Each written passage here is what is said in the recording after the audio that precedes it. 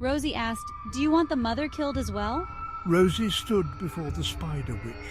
Her heart pounded in her chest.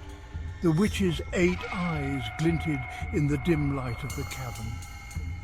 She turned and stared at Rosie. Rosie understood the meaning of the gaze. Why would the spider witch order the death of a mother? Why? Why her?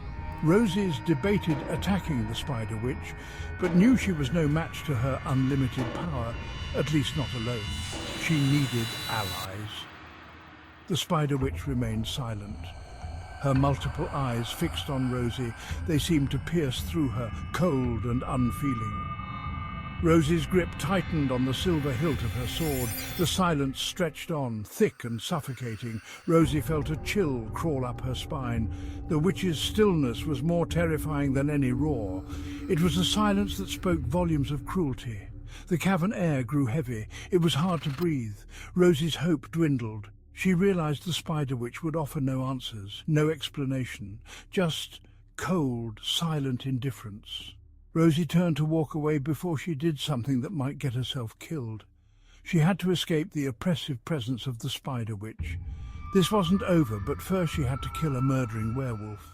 Rosie felt burning in her chest and knew she was going to kill. She fled through the twisting tunnels of the spider witch's lair. The webs brushed against her face, sticky and repulsive. Each step she took was fueled by anger and a burning need for justice. She could feel the witch's silent gaze on her back. The tunnels seemed endless, a labyrinth designed to trap and confuse.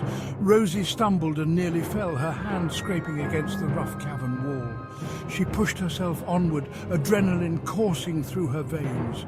She had to escape, she had to survive. Finally, she saw a glimmer of light ahead, the exit. She sprinted towards it, her lungs burning. She burst out of the cavern and into the cool night air, gasping for breath. She was free, but the spider witch's silence haunted her. Rosie knew this was not over. The fight was far from finished. The spider witch's silence was a promise of more to come, more pain, more suffering. Rosie vowed to find justice. She would not rest until the spider witch was stopped. She looked back at the cavern entrance, a steely glint in her eye. Later, in a hidden glade bathed in moonlight, the spider witch, a servant of the Black Witch, carried out her dark mistress's bidding. Wendy the White Witch, guardian of the zombie amulet, stood unsuspecting. She hummed a gentle tune, oblivious to the danger lurking nearby. She was thinking about her handsome beau's Moccasin Mike. She couldn't wait to see him again. The spider witch lunged, her movement swift and silent as a shadow. Wendy gasped, startled. She barely had time to react before the spider witch's web enveloped her, binding her arms and legs. The amulet, glowing faintly around Wendy's neck, pulsed with magical energy. With a wicked grin, the spider witch snatched the amulet. The magical energy surged. Wendy cried out, her voice muffled by the web. The amulet's light dimmed as it left Wendy's possession. The spider witch cackled, a chilling sound that echoed through the glade. Wendy struggled against the webs, her eyes wide with fear and anger. But it was no use. The spider witch vanished into the shadows, leaving Wendy bound and helpless. Her prize, the zombie amulet, was now in the hands of the spider witch's forces. The balance of power had shifted, darkness was rising. Rosie, exhausted and battered, found herself in the heart of the werewolf kingdom. Towering trees cast long, ominous shadows. The air was thick with the scent of pine and something else, something wild and untamed. She knew she was trespassing on dangerous ground. Suddenly a guttural growl echoed through the forest. Rosie froze, her hand instinctively reaching for her sword. A massive werewolf, its eyes glowing like embers, emerged from the shadows. The werewolf Alpha King. Rosie knew she was in mortal danger. The king lunged, his claws extended. Rosie barely dodged the attack, rolling to the side. She scrambled to her feet, her heart pounding. She knew she couldn't defeat the king in a direct fight. She had to use her wits. She had to find a way to survive. Rosie quickly shouted, "I mean you no harm. I only seek justice." The king paused. His eyes narrowed, studying her intently. He seemed to consider her words. Justice for what? The Spider Witch. She remains. She has hired me to kill a murderous beast who butchers mothers that are protecting their children. A woman I knew, someone I respected. She was brutally killed. I seek revenge for her pain, her loss. I need your help. Rosie's voice cracked with emotion as she spoke of the victim. She described the brutality of the murder, the senselessness of it all. She pleaded with the king to understand, to help her in her quest for vengeance. The king listened intently, his expression unreadable. Rosie's story resonated with him. He had seen his share of injustice and cruelty. He understood the burning desire for revenge. He saw the truth in Rosie's eyes. Who is this fiend? Rosie says his name. Eric. The king stiffened, his eyes widening slightly. A tense silence hung in the air. The forest seemed to hold its breath, waiting for the king's response. If you're enjoying this production, please like, subscribe, and stay all the way to the end to get a hint of what's to come in the next installment. Eric, he is my son. Rosie's heart sank. She hadn't known. The Spider Witch hadn't told her. She had been manipulated, used as a pawn in the Queen's twisted game.